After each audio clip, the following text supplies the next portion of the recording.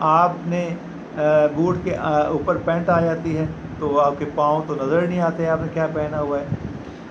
پھر دونوں جرابیں پھٹی ہوئی بھی تھیں، تو جب بوٹ اتارے تو جرابیں نہ تو وہ ایک جیسی جرابیں تھیں، ایک پاؤں کی جراب دوسری پاؤں کی جراب سے مختلف تھی، اور دونوں جرابیں بھی بنیان اور سویٹر کی طرح بوسیدہ اور پھٹی ہوئی تھیں، اس قدر کہ ان میں سے نوجوان کی میلی میلی ایڑیاں نظر آ رہی ہیں. تو ایک دفعہ پھر مصنف ہمیں یہ بتا رہا ہے کہ اس کی بنیان تو میلی تھی، اب جو جرابیں تھیں وہ ایڑیوں سے پھٹی ہوئی تھیں، اور ایڑیوں پہ جو میل جمی ہوئی تھی، کیونکہ اس نے اوپر ذکر کیا کہ کم از کم 2 مہینے سے لگتا ہے نہایا نہیں تھا، تو پاؤں پہ جو میل تھی وہ بھی ان بوٹوں نے چھپائی ہوئی تھی. بلا شبہ اس وقت تک وہ دم توڑ چکا تھا. اب چونکہ حادثہ بہت بڑا تھا اور جب اس کو ہسپتال لایا گیا تو وہ آخری سانسیں لے رہا تھا. اب آپریشن تھیٹر میں لے جایا گیا، سنگ مرمر کی میز پر لٹا کر آپریشن شروع کرتے وقت جب اس کا لباس اتارا گیا تو اس کی حقیقت کھل کے سامنے آ رہی ہے، اور اتنا ہی وقت تھا کہ جب تک یہ سارا کچھ اتارا گیا تو اس کا دم نکل چکا تھا اور وہ مر چکا تھا. اس کا جسم سنگ مرمر کی میز پر بے جان پڑا تھا. اس کا چہرہ جو پہلے چھت کی سمت تھا کپڑے اتارنے میں دیوار کی طرف مڑ گیا تھا. معلوم ہوتا تھا کہ جسم اور اس کے ساتھ روح کی اس برہنگی نے اسے خجل کر دیا ہے. وہ اپنے ہم جنسوں سے آنکھیں چرا رہا ہے. خجل کہتے شرمندہ کرنا، شرمندہ ہو جانا. تو اب مصنف یہاں یہ لکھ رہا ہے کہ وہ مر تو چکا تھا اور اس کا جسم سنگ مرمر کی میز پر بے جان پڑا تھا، فوت ہو چکا تھا، بالکل بے جان جسم پڑا ہوا ہے، مردہ جسم پڑا ہوا ہے. اس کا چہرہ جو پہلے چھت کی طرف سم تھا، کپڑے اتارنے دیوار سے جب اس کے کپڑے اتارے گئے تو پہلے تو وہ سیدھا لٹا ہوا تھا اوپر کی طرف جس کا چہرہ تھا، یہ کپڑے اتارنے میں اس کروٹ دے دی گئی تھی، اس کا چہرہ دیوار کی طرف ہو گیا تھا. اب اس حالت کو مصنف یہ لکھ رہا ہے کیا معلوم ہوتا تھا کہ جسم اور اس کے ساتھ روح کی اس برہنگی نے کہ ننگا کر دینا، کہ جسم کپڑے اتارے گئے تو اس کی جو اصل حالت اس کی دوسروں کو نظر آئی. کہہ رہے شاید اس حقیقت کھلنے کی وجہ سے لگتا تھا کہ وہ اتنا شرمندہ ہے کہ اس نے دیوار کی طرف منہ موڑ لیا ہے، حالانکہ خود تو وہ مر چکا ہے، اس کا جسم مردہ پڑا ہوا ہے. یہ تو ڈاکٹر اور نرسز نے کپڑے اتارتے ہوئے اسے کروٹ دی ہوگی اور اس کا چہرہ ادھر مڑ گیا تھا دیوار کی طرف، لیکن اس حالت کو یہ بتا رہا ہے مصنف، اور وہ اپنے ہم جسوں سے آنکھیں چرا رہا تھا کہ وہ دوسرے لوگوں سے ساری زندگی جو اپنی بوسیدہ حالت کو اور غربت کو چھپاتا آ رہا تھا اور اس کو ایک عمدہ اوور کوٹ سے کور کیا ہوا تھا، آج جب اوور کوٹ اتارا گیا تو وہ ساری حقیقت کھل کے سامنے آ گئی دوسرے انسانوں کے سامنے. تو مصنف لکھ رہا ہے کہ مردہ جسم ایسے پڑا ہوا تھا کہ لگتا تھا کہ اپنی حقیقت کھلنے پہ بہت ہی وہ شرمندہ ہے اور وہ دوسرے انسانوں سے، اپنے جیسے انسانوں سے آنکھ نہیں ملا پا رہا. اسی لیے کہتے ہیں کہ کسی بھی غریب کی غربت کا مذاق مت اڑاؤ، اسے کبھی شرمندہ مت کرو. اگر کسی کا راز آپ کو معلوم ہو چکا ہے تو آپ اس کے راز چھپاؤ، کیونکہ معاشرے کی عادت یہ ہے کہ جب کسی کی کوئی کمزوری ہاتھ لگ جائے تو وہ اس کو سب کے سامنے بیان کر کے اسے شرمندہ کرتے ہیں، اور یہ بہت ہی بڑا گناہ ہے، بہت بڑی غلط حرکت ہے، غلط رویہ ہے. اسی رویے یہی میسج یہاں پہ مصنف ہمیں دے رہا ہے. اس کے اوور کوٹ کی مختلف جیبوں سے جو چیزیں برآمد ہوئیں وہ یہ تھیں. اب یہاں پہ بھی غور طلب بات ہے، آخری اقتباس پڑھنے جا رہا ہوں. ایک چھوٹا سا کنگا، ایک چھوٹا سا سیاہ کنگا، ایک رومال، 6.5 آنے، ایک بجھا ہوا آدھا سگریٹ، ایک چھوٹی سی ڈائری جس میں لوگوں کے نام اور پتے لکھے تھے، نئے گراموفون ریکارڈوں کی ایک ماہانہ فہرست اور کچھ اشتہار جو مٹر گشت کے دوران میں اشتہار بانٹنے والوں نے اس کے ہاتھ میں تھما دیے تھے اور اس نے انہیں اوور کوٹ کی جیب میں ڈال دیا تھا. افسوس کہ اس کی بیعت کی چھڑی جو حادثے کو دوران میں کہیں کھو گئی تھی اس فہرست میں شامل نہ تھی۔ تو یہاں پہ مصنف آخری پیراگراف میں یہ بتا رہا ہے کہ وہ نوجوان اپنی ظاہری حالت کو سیٹ رکھنے کے لیے، مینٹین رکھنے کے لیے جیب میں کچھ چیزیں رکھتا تھا۔ ایک چھوٹا سا سیاہ کنگھا جو ہر وقت اپنے بالوں کو سیٹ رکھنے کے لیے کنگھی کرنے کے اسے رکھا ہوا تھا۔ ایک رومال تھا جو کبھی کبھی اس کے اپنے سکن چہرے کے کو سے گرد صاف کرنے کے لیے اور اپنے ظاہری پن کو اپنے اندرونی کیفیت پہ حاوی کرنے کے لیے استعمال کرتا تھا، اور کبھی پسینہ اور گرد اتارنے کے لیے۔ 6.5 آنے، یہ 6.5 آنے جو ہیں یہ اس کی غربت کا منہ بولتا ثبوت ہے۔ ایک بجھا ہوا سگریٹ، اس نے سگریٹ وہ جو خریدا تھا پان سگریٹ والے سے، آدھا پی کے آدھا رکھ لیا تھا کہ اس کو کہیں کسی اور وقت پیے گا، کیونکہ غریب ہے اور بچت کر رہا ہے۔ ایک چھوٹی سی ڈائری جس میں لوگوں کے نام اور پتے لکھے تھے، ان لوگوں کے غالباً نام پتے ہوں گے جن سے اسے کوئی امید ہوگی، آس ہوگی کہ کبھی اسے کام آئیں گے۔ نئے گرام فون ریکارڈوں کی ایک ماہانہ فہرست، نئی فہرست۔ اس طرح غریب لوگ اپنی خواہشوں کو دباتے اور مارتے ہیں۔ اس نے گرام فون کی ایک لسٹ، نئی لسٹ نکلوائی تو تھی، لیکن وہ اس کی ایسی اچھی معاشی حالت نہیں تھی کہ وہ خرید سکتا ریکارڈ۔ اور کچھ اشتہار جو مرڈر کیس کے دوران میں اشتہار بانٹنے والوں نے اس کے ہاتھ میں تھما دیے تھے۔ اس کے ظاہری پان کو دیکھتے ہوئے لوگ اسے اشتہار دے جاتے تھے اور انہیں اوور کوٹ کی جیب میں ڈال دیا تھا۔ اب وہ کوئی نہیں جانتا کہ اس کی اصل حالت کیا ہے۔ افسوس کہ اس کی بیعت کی چھڑی، اس جملے میں ایک معاشرتی عادت کا پتہ چل رہا ہے کہ جب کہیں حادثہ ہوتا ہے تو کچھ لوگ حادثہ جس کا پیش آتا ہے اس کی مدد کے لیے آگے بڑھتے ہیں، اور کچھ لوگ اپنی جو ہے وہ مجرم کی نیت کی وجہ سے، جرم کی نیت سے وہاں سے چیزیں چراتے ہیں۔ تو اس کی بیعت کی چھڑی جو دکھنے میں اچھی تھی وہ غائب تھی، وہ کسی نے چرا لی تھی۔ تو یہ سبق ہمارا ختم ہوتا ہے۔ آج ہم نے سبق پڑھا ہے اوور کوٹ۔ تو بیٹا اس میں ایک تو سبق کا خلاصہ 10 نمبر کا آپ کا آتا ہے، اس میں آپ نے 9 نمبر کا خلاصہ لکھنا ہوتا ہے اور 1 نمبر مصنف کے نام کو ہوتا ہے، اور ایک سوال آپ کا بنتا ہے جو تیسرا سوال ہے آپ کے اقتباس کی تشریح، سیاق و سباق کے حوالے سے اقتباس کی تشریح۔ تو وہ 15 نمبر کا سوال ہے، اس میں 1 نمبر سبق کے عنوان کا، سبق کا عنوان، سبق کا نام نہیں ہوتا، سبق کا عنوان، اور 1 نمبر مصنف کا نام، 2 نمبر یہ ہو گئے۔ 3 نمبر سیاق و سباق کے۔ سیاق و سباق یہ ہے کہ جو اقتباس دیا گیا تشریح کے لیے اس کو ہمیں ٹچ نہیں کرنا سیاق و سباق نے، بلکہ اس سے پہلے اہم نقطہ کون سا مصنف لکھا ہے اور اس اقتباس کے فوری بعد کیا لکھا ہے۔ تو اس سیاق و سباق 7-8 لائنوں میں ہونا چاہیے، اور باقی اس اقتباس کی تشریح ہوتی ہے۔ تو یہ ٹوٹل سوال جو ہے تیسرا 15 نمبر کا، یہ آپ نے تقریباً 3 صفحات میں، کم سے کم 3 صفحات میں لکھنا ہوتا ہے۔ تو یہ سوال بنتے ہیں۔ تو آج کا لیکچر یہیں ختم کرتے ہیں۔ اللہ حافظ۔